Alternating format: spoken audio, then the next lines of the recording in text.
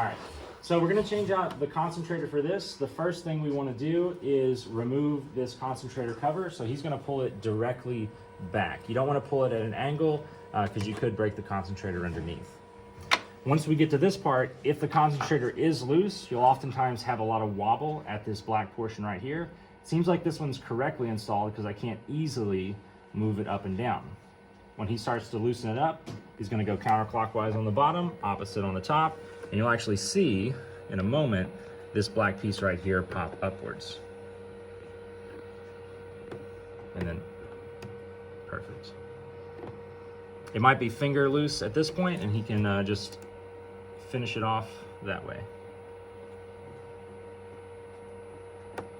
So there we saw that black piece pop up. Now the concentrator's loose, which would be a big air leak in our column, which would change our retention time of our BPFB. When this comes out, oftentimes I like to put something over top of this rainbow cable, just so the ferrules that come off of this don't fall inside the front cover. So I'll lift this up for you, and you might be able to finagle that concentrator out.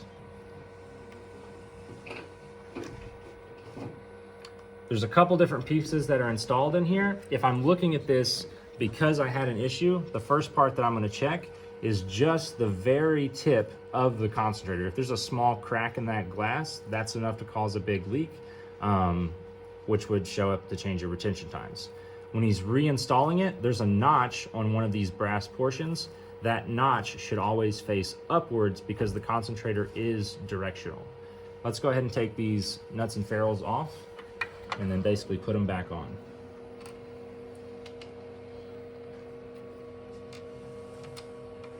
So the nuts and ferrules are off. Threaded part goes first, threads facing out.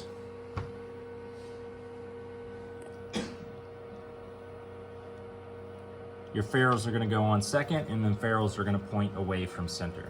So small end out.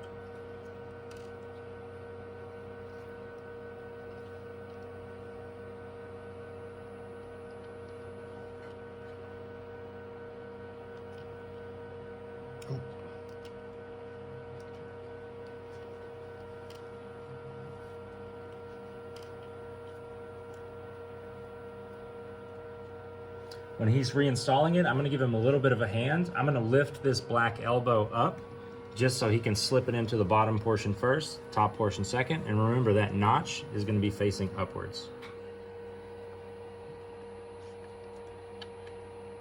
Now I'm gonna lower the elbow over top that concentrator, and I'm gonna apply, not pressure, but I'm basically just applying enough force to hold this black portion in place while he tightens it down. It's easier to do the top portion first, the bottom portion second. I've had better luck not cross-threading that way.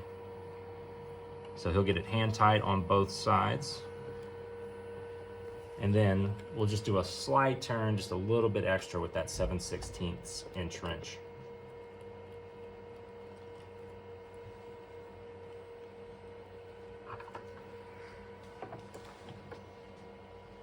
Nice. And nice. Let me give it a quick feel just to make sure.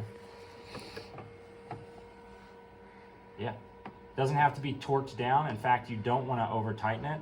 You've got glass in there that could break, and then you're just changing out the concentrator again. So when I let go, this elbow shouldn't want to pop up, and he can replace the concentrator cover over top again. If you've broken a concentrator before, and that's why you're changing it out, you may also want to blow out the bottom and top portion with a can of canned air or duster just to get any of those glass shards out of the way. If you have glass shards underneath the concentrator, you're pushing glass onto glass, tightening it down, and it'll break the concentrator a second time. So that should be enough to get our concentrator working. Thank you.